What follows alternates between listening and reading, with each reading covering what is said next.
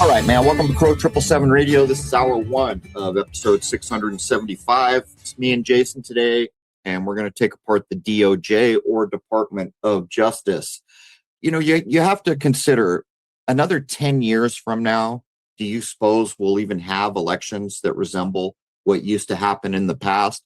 It's hard to imagine what's going to come. But what is certain is people are waking up to so many things that it is forcing these old low vibrational systems that we've known all our life to come apart, and they will begin to disintegrate, in my view. Anyhow, welcome, Jason. You wrote the notes for this. Anything you want to add in? Well, there's a lot that went on, a lot more than I knew about, that's for sure. This was another one of those. There's so much to put in that it's got to be a two-parter. I mean, the more you look at just about everything, here's an example. When you go, one of the first things I did when I got your notes is I looked up the Great Seal, you know, like the coat of arms for the DOJ, well, basically the United States. And everywhere you look it up, even on their site, it says it was either derived or related to Manessa. And that's all it says. When we get there, I'm going to break that down, because why? You know, why don't they admit what's going on here? And if you go to Wikipedia, they'll tell you that everything I'm about to cover is false, which kind of tells you there's something to it. But anyhow, let's jump in. Well, before we do that, let's just take a moment to remember that a lot of the founding fathers were Freemasons, and they really do love their symbolism. Right, which includes the temple. The temple that lasted for 49 years or whatever it was the time I looked it up. But let's do it. The United States Department of Justice, the DOJ, is the federal executive department that is responsible for enforcing federal law, administering justice, and ensuring public safety. It can trace its origins directly to the nation's founding, with a formal department being established later with an accompanying seal and motto. So their motto and their mission statement, which is right here, they're supposed to administer justice and ensure public safety, and they're supposed to enforce federal law. But based on what we've recently seen, they're not doing any of this. So if that's obvious to the majority of people, what can the possible future of an organization like this be when their stated motto, their stated mission statement is not being adhered to on any level? Now, many people might wonder, why are we having a go at the DOJ? The most recent situation that should be making you have a whole lot of questions is the handling of the Jeffrey Epstein files and the numerous people who are described as having been a part of doing unspeakable things while having an association with Jeffrey, often repeatedly over the course of many years. As far as the mainstream states, convictions were secured, with Jeffrey Epstein having faced federal sex trafficking charges in 2019, in which he is officially stated as having died while in custody before the trial. Ghislaine Maxwell, his cohort, was convicted in 2021 on sex trafficking charges and is currently serving a 20-year sentence. These two remain the only major federal criminal outcomes that are tied to the entire Epstein network.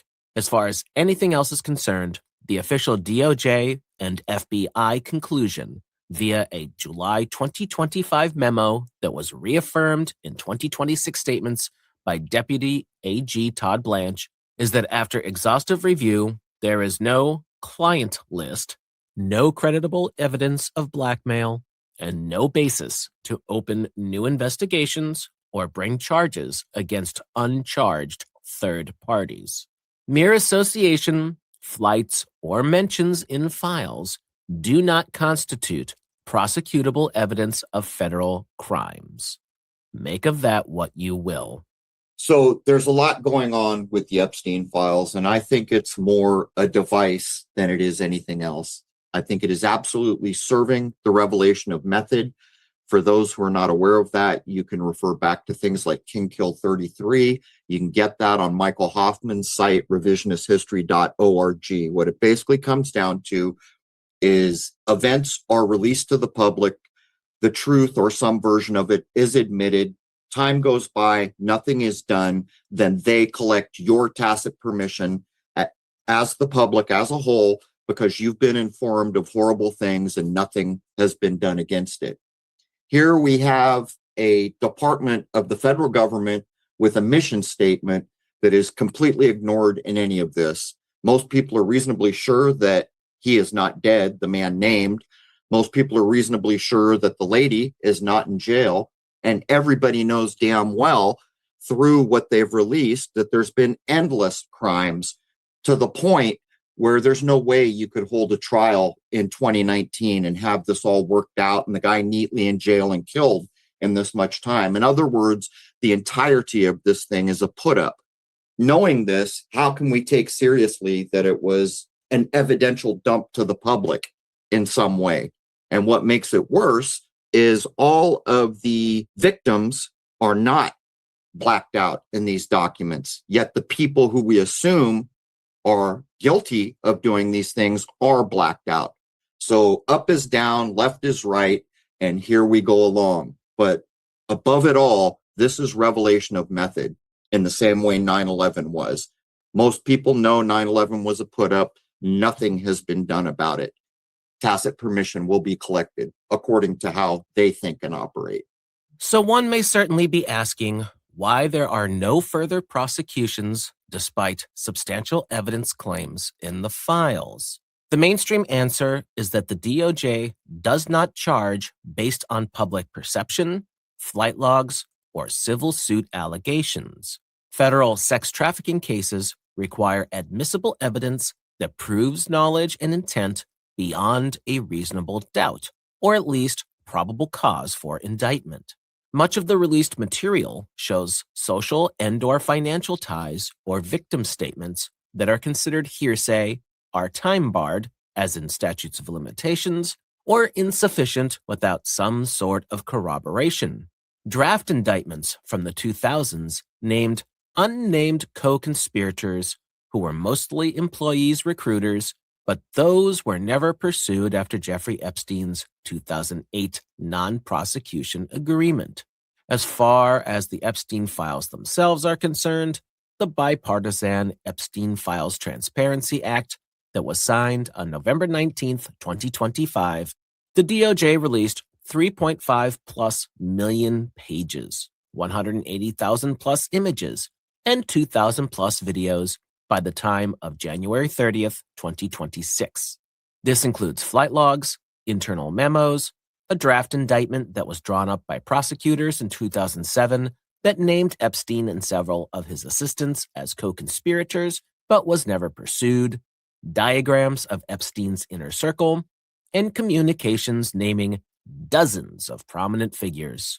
I mean, the only thing anyone can deduce is that this is so widespread that there are endless institutions and law enforcement places that are involved in it. But when you come out and say that there's no probable cause, that's a bit laughable. You want probable cause? All the way back to when I was young, I saw faces on milk cartons and reports of how many people go missing.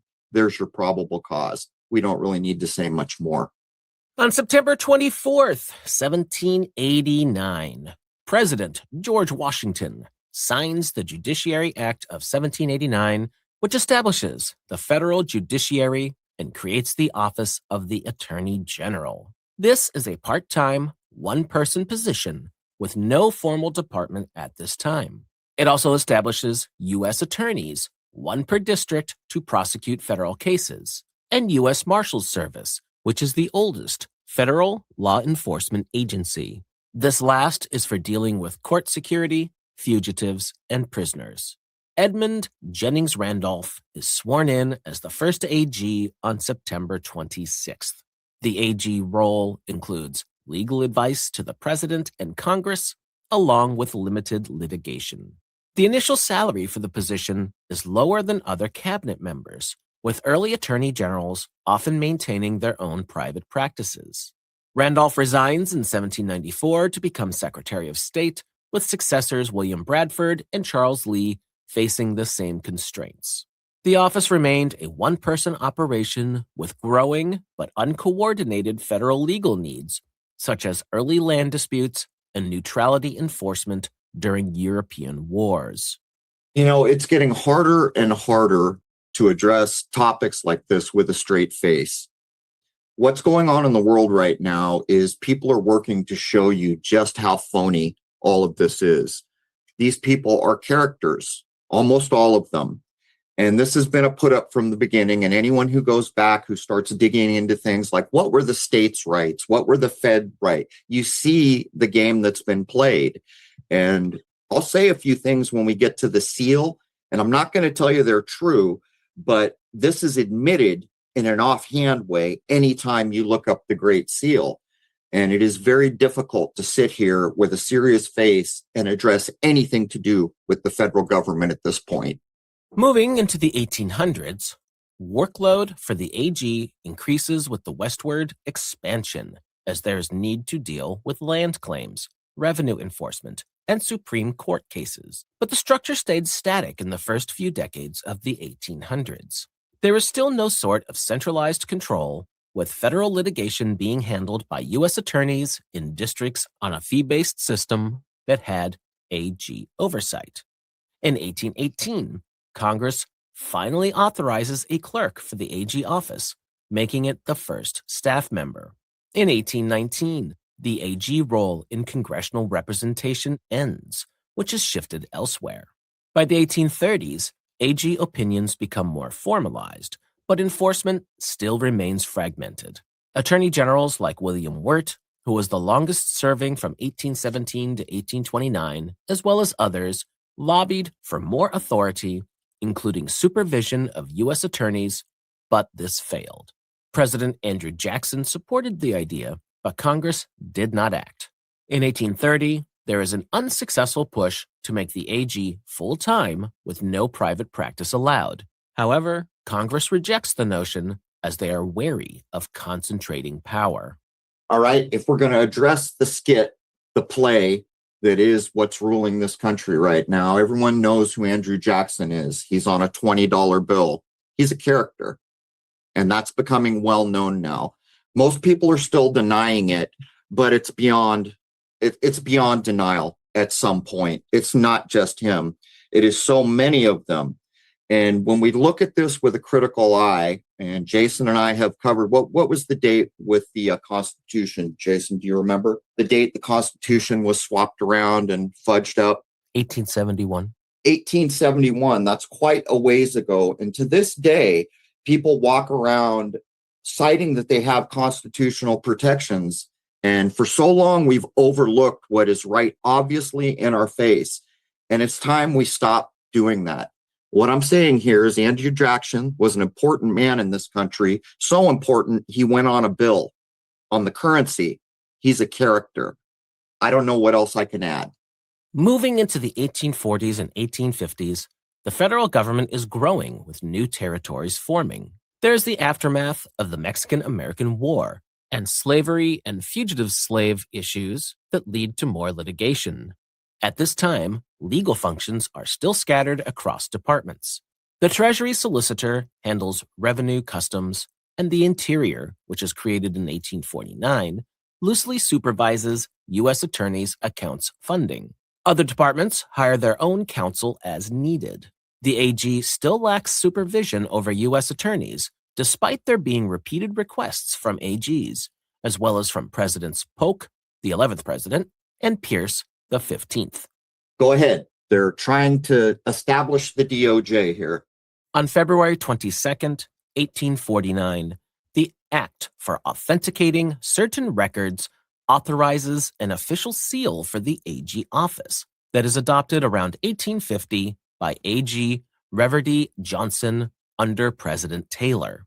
It will be the basis for the later DOJ seal. This is considered a modest but significant step in formalizing the office's administrative identity during the pre-department era and addresses a long-standing practical gap in that there was no statutory provision for an official seal to authenticate copies of its records, documents, or certifications, which is something that was increasingly needed as federal legal work had been growing throughout the years. This corrected an omission from the Judiciary Act of 1789, which had created the AG office but made no mention of a seal. It allowed official copies of AG records, to now carry legal weight through a sealed certification, similar to how other departments authenticated documents. Without this, the AG's office had been relying on ad hoc methods or lacked formal evidentiary authority for copies. So it should be apparent by what Jason just read that seals are a big deal. They're referred to often as devices. All the kind of occulted work that we've done, you should recognize that any shape has an energy.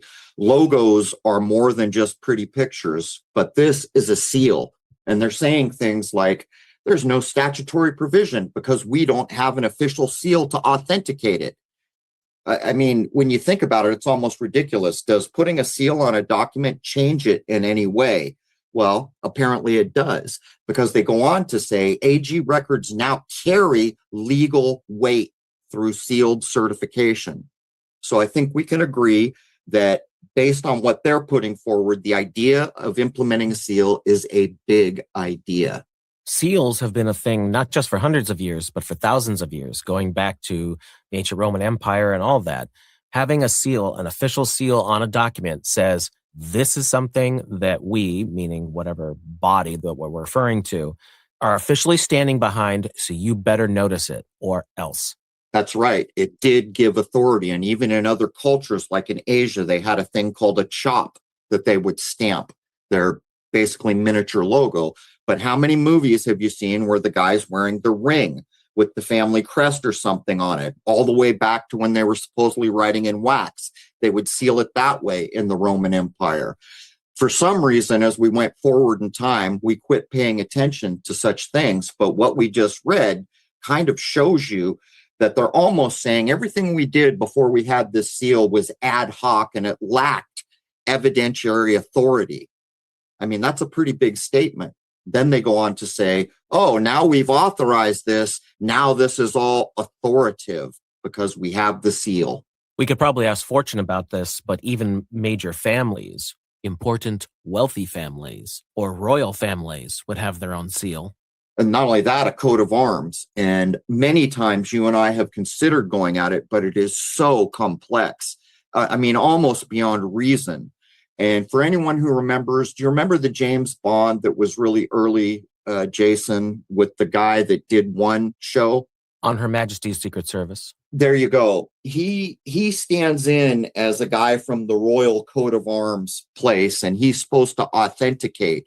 But those are real things, and I have books on it. And when you look at what goes into a coat of arms, it is complex beyond even really easy explanation.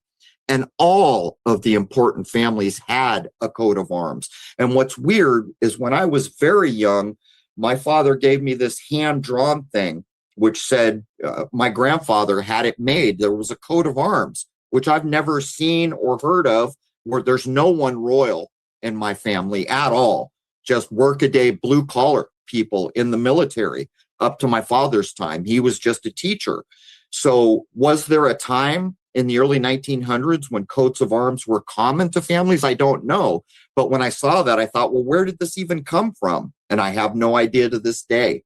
The seal, which will see minor changes but remain more or less the same once the DOJ becomes an official department, is a close adaptation of the eagle and shield motif from the Great Seal of the United States, with the addition of a Latin motto. It is described as follows: circular, with Attorney General's office in gold lettering encircling the whole. Inside, there is a shield with paleways, or vertical stripes, of 13 pieces of argent, white silver, and gules, red, and are said to represent the 13 original states.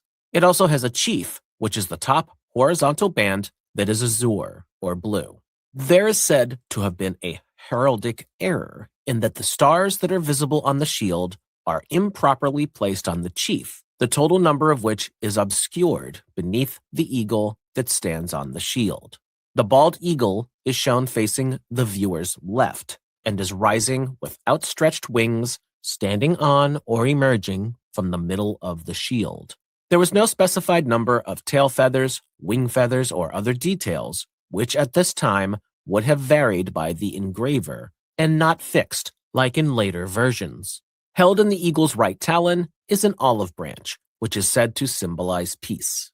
There is no number of leaves or berries on the branch that are explicitly detailed in pre-1870 descriptions, but sources describe it as an olive branch without deviation noted, so the standard 1313 count is the most consistent inference that matches the 1872 transfer and later formalization in 1934. Held in the eagle's left talon are a bundle of arrows, which is said to symbolize war and power. Again, originally, there was no exact number stated, but was described as being identical to the Great Seal's bundle of 13 arrows. Lastly, there is the Latin motto, Qui pro domina justitia sequitur, in a semicircle or arc below the central device, which translates to Who follows for Lady Justice. I mean, that's a pretty weird thing with you can't almost pin it down. Who follows for Lady Justice? At any rate, we're going to get into this a little bit. I don't know if people remember Trump at one point did this press thing where I noticed the eagle was looking the opposite way at the arrows in his hand, and look where we are now. It's always supposed to be looking left, and we have so forgotten about the importance of seals and things like this, coats of arms, that I'm guessing the majority of people at that press conference didn't notice that the eagle was no longer looking at the olive branch of peace, which I think typically now has 13 of everything like it always has. But here's what got me. When I started looking at this, it kept saying that it was somehow related to the seal itself, where it came from, was somehow related to or derived from Manasseh, Manasseh. Well, I knew that to be a biblical tribe of Israel, but it doesn't say that. And when you try to look at the DOJ and other places, they're not giving you anything. So I dug in. Now, I'm not here to tell you any of this is true, but I am here to tell you that if you look it up on Wikipedia, they'll tell you it's some pseudo history from some dude who made up a bunch of poppycock. But there's a whole book around this, and I looked at the book, and it was heavily researched. I'll leave that where it is. Here it is. The name Manasseh means to forget. That's interesting. But there's also a harder to find meaning, which means from a debt. The Great Seal of the United States is often associated with the tribe of Manasseh. Well, I've never been told that. Why does it just say Manasseh? But here it is in black and white, as it incorporates symbols believed to reflect the heritage and blessings of this tribe. We're talking about one of the biblical tribes and the lost tribes here. The seal features elements like an olive branch and arrows, which are linked to Manasseh's historical significance. The symbol, the tribe's banner, was described in the Talmud as a black flag with an embroidered unicorn. Manasseh is one of the 10 lost tribes. Well, wait a minute. None of this makes sense. You're telling me they had a black banner with a unicorn. How does that resemble or relate in any way to what we were just told? It goes on. The tribe of Manasseh is one of the 12 tribes of Israel descended from Manasseh, the firstborn son of Joseph. After the Assyrian invasion in 720 BCE, it became known as one of the 10 lost tribes. Here's the other thing.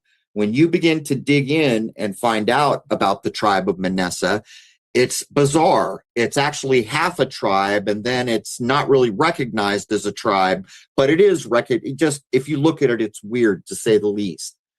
Goes on to say, after the exodus from Egypt, the Israelites entered Canaan under Joshua, who allocated land to each tribe.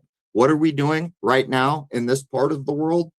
The territory Manasseh was unique as it was divided in two halves. There was East Manasseh, which was east of the Jordan River, which include Bashan, and West Manasseh, west of the Jordan, north of Ephraim. The author who wrote and claimed all this was true, his name was Herbert W. Armstrong, and he wrote of the Worldwide Church of God. It was written near 1933, of course, in a book called The United States and Great Britain in Prophecy. The claim is made that the United States was primarily descended from the tribe of Manasseh after the Assyrian captivity and subsequent migrations. And lastly, sorry for the long wind here, Jason. The tribe of Manasseh is one of the 12 tribes of Israel descended from the firstborn Joseph. And when you look up this information, it is a split tribe and almost like it was hidden or written out, or you just kind of have to look to see. But Jason, were you aware of anything I just read? No, not at all. I mean, we look at the seal and it claims some relationship to Manasseh. So you think, okay, well, they must have used their coat of arms. But when you go see their banner, it's black with a unicorn. None of it makes sense, which makes me wonder how much of this has legs. That was a lot of words, but it's kind of important, isn't it? This is one of the major devices and seals of this country, and nobody seems to know this connection. Right, which actually brings us to our next point. Because, for a bit of possible occult symbolism translation for the seal, the eagle could be thought of as being a direct extension of the Great Seal of the United States conventionalized phoenix motif, which is reified by the triple 13s of the olive branch, arrows, and stripes on the shield. The phoenix is considered a powerful symbol of rebirth, renewal, and immortality across alchemy, mythology, and multiple occult traditions. In alchemical transmutation, it marks the final rubedo, or reddening, stage of the great work, which is supposed to be the creation of the Philosopher's Stone purification by fire. And there's more to come. Right, and that's rubedo, the reddening. But let's ask a simple question here. We know what's going on in the world right now. There's a war that very few people are around. Of course, it's in the biblical Holy Land again. But whatever it was, 1 or 2 years ago, when Trump got up, and it was all on film, by the way, and there was a side box with the seal in it where the eagle was looking at the arrows, which means war, which is obvious deviation from where it normally is. Were they telling us what they were going to do? How could it be anything else? How could you accidentally, I mean, even if you flipped the image, the eagle would look right, but he would still be looking at the olive branch, and that's not what was done. In other words, these things are important, and we've overlooked it for a long time. And if anything I just laid down is correct, that's a pretty big deal. The number 13 with the arrows, olive leaves, and stripes is conventionally thought to refer to the original 13 colonies. However, from a more occult point of view, the number 13 is thought to represent rebellion, lawlessness, and upheaval, which leads to a controlled rebirth, symbolizing the destruction of the old order so that a new and engineered one can rise, like the phoenix rising from its ashes after being consumed by flames. This can also tie in with the tarot's 13th card, Death, which is normally interpreted not literally, but as ego death or societal collapse preceding regeneration. There are also, of course, the claims of the 13 Illuminati bloodline families. You know, years ago when we saw something like this, we dismissed it. It was laughable. You couldn't imagine it. But now we see all of these major systems and infrastructures that we've known all our life are coming apart. They're coming down, and something's going to replace them all. It becomes much more critical to look at ideas like this. It would not surprise me in the least if the Phoenix encoding had gone into all this in the same way that now that I look back at what Trump was putting on TV to everyone out there, showing their device, looking towards war, telling people we're not going to war, coming 2 years forward, we're at war. The olive branch in one talon and the arrows in the other can be seen as a dualistic mechanism, with the olive branch representing peace, mercy, and reconciliation, and the arrows representing destruction, enforcement, and war. This can be said to mirror the Hermetic or alchemical Latin motto, Solve et coagulate, or dissolve and coagulate. This could represent the elite's tactic of orchestrating a crisis and having a resolution of their desire ready to go. You could think of it as first burning or dissolving the old order of resistance, sovereignty, and traditions through conflict, then coagulate or rebuild a new and centralized system that would be under hidden control. The eagle or phoenix could then be said to rise stronger from the engineered ashes, with the olive branch emphasizing the peace of the new imposed order, which is why the bird's head is turned to the left and towards the olive branch, with the knowledge that the end game is always this controlled peace. This peace is, of course, not any sort of genuine liberty or freedom, but submission to the regenerated system. Spot on. We've all been initiated, and the only person I know who's completely explained this is Michael Hoffman. If you go to Michael Hoffman's site or you get his email each week, or if you're really smart and you subscribe to get his article each week, there's a little black image with text on it at the top of every one, which is the best description of what we're talking about. It basically says we've all been initiated into this alchemical process. We've been beat down. We're exhausted. We don't know which way is up. And revelation of the method is happening as we speak.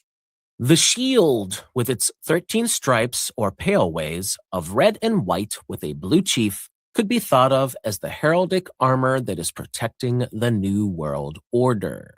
The 13 stripes, which could be thought of as rebellion and or transformation, are the body of the Republic, with the blue chief representing divine or heavenly sanction, or the blue blood of the elite overseeing it all.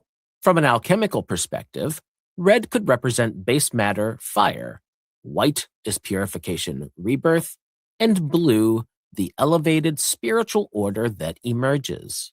As can be seen, the interpretations can overlap. There are also the 3 mullets, or stars, in the annular ring of the seal. 3 has strong occult significance, of course, which could represent the 3 degrees of the Masonic Blue Lodge, the Trinity in all of its many forms, or the 3 Masonic pillars of the Temple of Wisdom, Strength, and Beauty. The stars could be said to invoke completion, manifestation, or the triple goddess of Maiden Mother Crone, signaling that the DOJ's work is the final sealing of the elite's grandiose plans. The Rosicrucians also have their 3 lights of enlightenment, often referred to as the 3 profound Rosicrucian verities or the Sacred Trinity, which are light, life, and love. Since the stars were placed around the entire emblem, they can be said to bind the seal's magic, ensuring perpetual renewal under hidden control. You killed it in your descriptions of the seal, Jason, grabbing from the mainstream, but not treading on that side as you described it. But it's right here, signaling that the DOJ's work is in the final sealing of the elite's grandiose plans. I don't think there's many people who can see right now that doubt something like this is going on. My main point, and I think our main point, is that we've really got to pay attention to detail now, and we've got to ask the basic questions. When we read the seal of this country is somehow related to something like Manessa, well, what is that? Well, I think we're starting to know, and it's a big deal, and it's all coming to a close now, and something else is about to emerge. Finally, the Latin motto could be seen as a veiled invocation to pagan goddess worship, with several different goddesses possibly being represented, rather than neutral legal service. From this point of view, the DOJ does not see abstract justice, but follows the occult lady, which is a feminine principle of balance that the initiates of the elite use to enforce their version and ideas of order. The United States uses feminine goddess symbols in other places as well, such as frequent representation of the goddess Columbia, which we've covered many times, and what I'll describe again is obviously a signal to people who are in the know, but it's also got occult properties to it in the same way a device or a logo would. What happens when you put something up for millions of minds to see? Mind precedes all, does it not? Columbia is the icon for Columbia Pictures. If you go back to, say, the 60s, you'll notice she's the light bearer. There's the Luciferian tie-in, and that torch is on the outside of the letter U, which is forming 2 upright columns, like the Masonic columns, Joaquin and Boaz. As we get closer to 9/11, the torch is moving to the left from our point of view, and at 9/11, the torch she is holding is exactly in between the two uprights, obviously signaling people who were in the know and doing what other mystical things we can only guess at. But the time for overlooking such details is behind us now. Moving into the 1860s, the United States has to deal with the chaos of the Civil War, which causes massive disruptions for several years during and a good while after. The war breaks out in 1861, and Congress grants the Attorney General limited supervisory powers over U.S. attorneys and marshals via legislation that is steered by Senator Lyman Trumbull of Illinois. This is considered a wartime necessity and is shared initially with the Solicitor of the Treasury to coordinate federal prosecutions amid rising disloyalty cases, draft enforcement, and Confederate sympathizer trials. However, the AG still is lacking full authority or a dedicated department at this time. Anytime they start talking about needing to change the laws and rules for wartime, you're looking at a country that's gone backwards. The eagle is supposed to be looking at the olive branches of peace. What's being described here is the exact opposite. We want to go to war, so we're going to give more power to the people who enforce our supposed laws so we can ensure that nobody gets out of line as we do the war we want to do, basically. I actually was wondering when I was looking over all this stuff if they really wouldn't want to have that much legal stuff going on as far as enforcement, because in war, atrocities often go on both sides.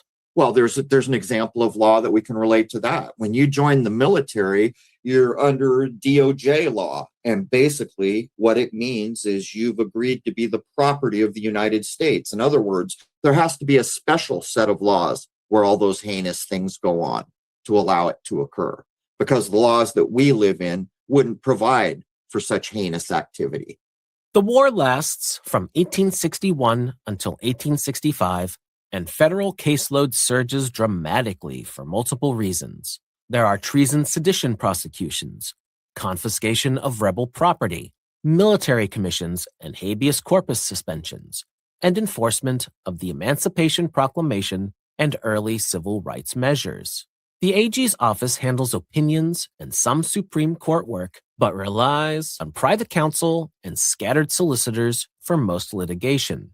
There is no major push for a full law department yet, as the focus is on survival and war prosecution. The Confederate government has its own parallel setup, creating its own Department of Justice in 1861, also with an AG as head, which highlights how centralized legal structures were seen as useful during the crisis, but the Union government still delays. If you really want to know what the Civil War was about, you're probably going to have to listen to someone who's interested in one form of law or another. It was a takeover, and it wasn't just a takeover, but it was so much more about gaining controls of things and monetary systems and realm states than it was anything else. How many people have seen Gone with the Wind? Regularly voted one of the best movies. Although now when they put it on, they have to warn you that terrible things were being done, because you have to be warned now that terrible things are being done, as they do terrible things. If you pay attention to Gone with the Wind, after the war is over and the carpetbaggers come in, you can see exactly what I'm talking about. All of a sudden, people are being told, in these times, you got a $300 tax bill or you're going to lose your farm. This was a complete demolition of an old world system and replacement with controls, to be blunt about it. Well, there's something that a lot of folks may not realize about the North and the South. The South was very wealthy before the Civil War for several obvious reasons, but once the war is over, that's gone, and it's gone forever to this day. The South, as I think most people would probably think about in today's terms, is kind of looked at as being on the poor side. But that was just not true beforehand. Not only was it not true, they had a definite culture that you could call American. They had an etiquette, manners. They had this whole world that was a lot more higher minded than we are now, but it can't be seen because the slave argument is what's been pumped up and pushed into the front as the cause and everything else we did there. But I'm with you, Jason. Not only was it gone, it was completely gone. And there are any number, I mean, even in the movie Gone with the Wind, you can see, I think Rhett Butler at one point says the South is done and it will never rise again, or something like that. It was erased from the board. And all of the etiquette and charm and a true American culture that might have been is lost in the slavery idea that's been pushed up and shown as the cause for the war, when there was a heck of a lot more going on, to say the very least. And there's evidence all over the place if you look, especially where I live in Louisiana. There still are plenty of big, beautiful homes from that time period that are all over the place, showing you the direct indication just how much money was flowing down here at the time. And pride of craftsmen, we could see that all over America in the 30s. There are people now doing YouTube clips on the old stoves, those enameled, very heavy old stoves. They're showing how much functionality they had and how beautifully they were built and how they'll last forever. This was a time when people took pride in their work, and that's part of what gets destroyed when culture gets destroyed. We don't have culture anymore. As I've said so many times, we like some news programs, some TV programs, we watch some movies. That's about the entirety of American culture at this point. What about hot dogs and apple pie? There you go. We got a phrase too.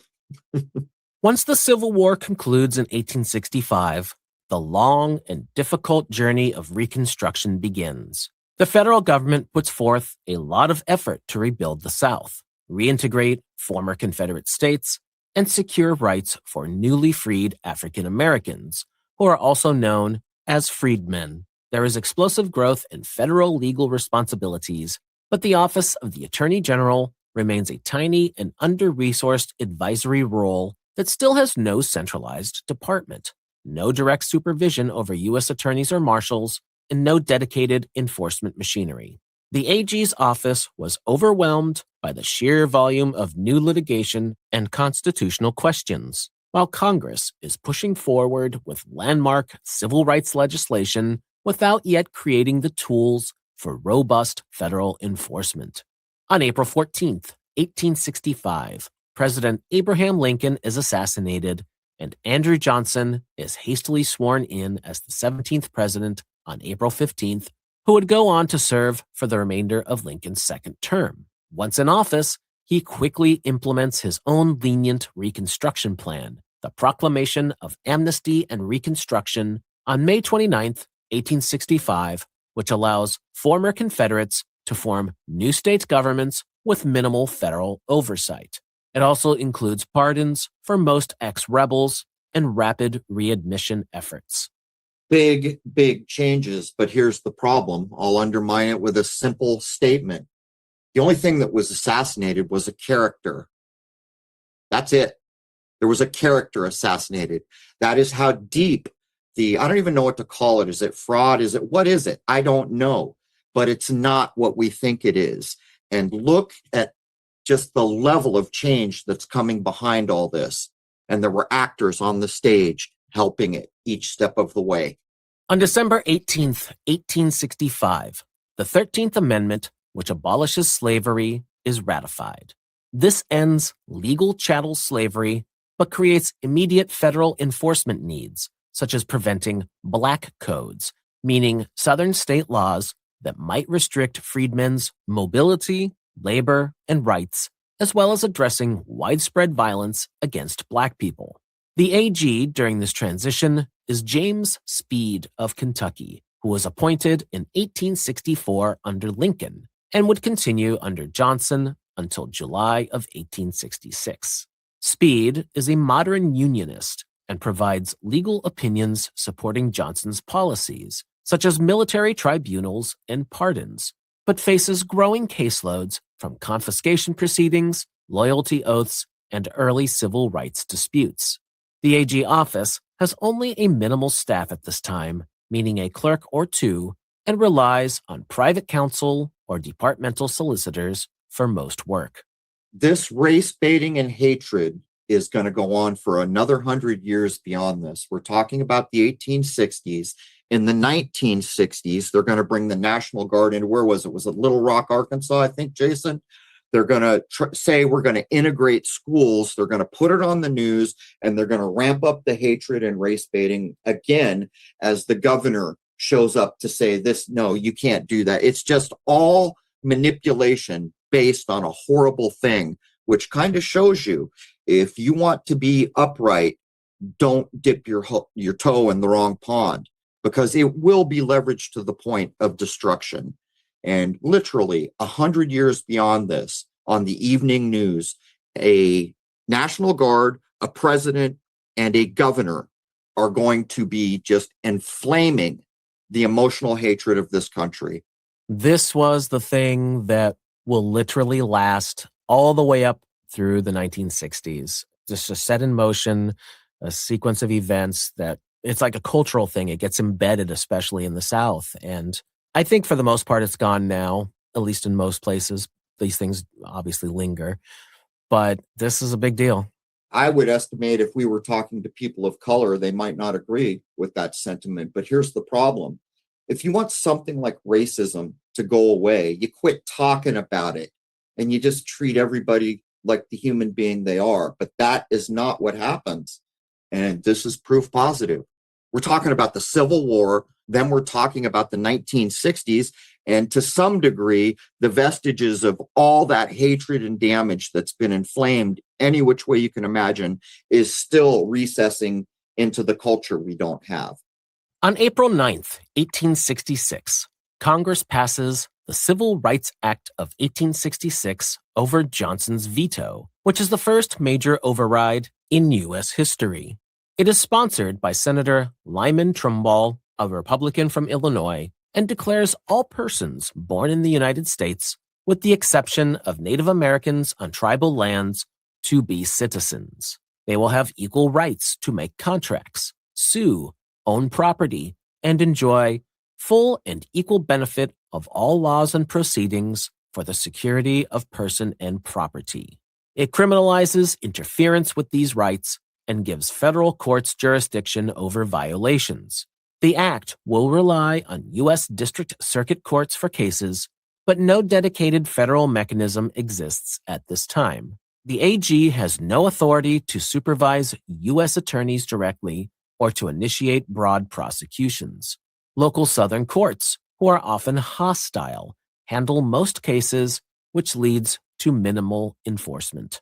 Freedmen's Bureau of Courts, which are military-backed, helped to fill some gaps temporarily, but are limited. And they're military-backed. Let's cut to the chase here.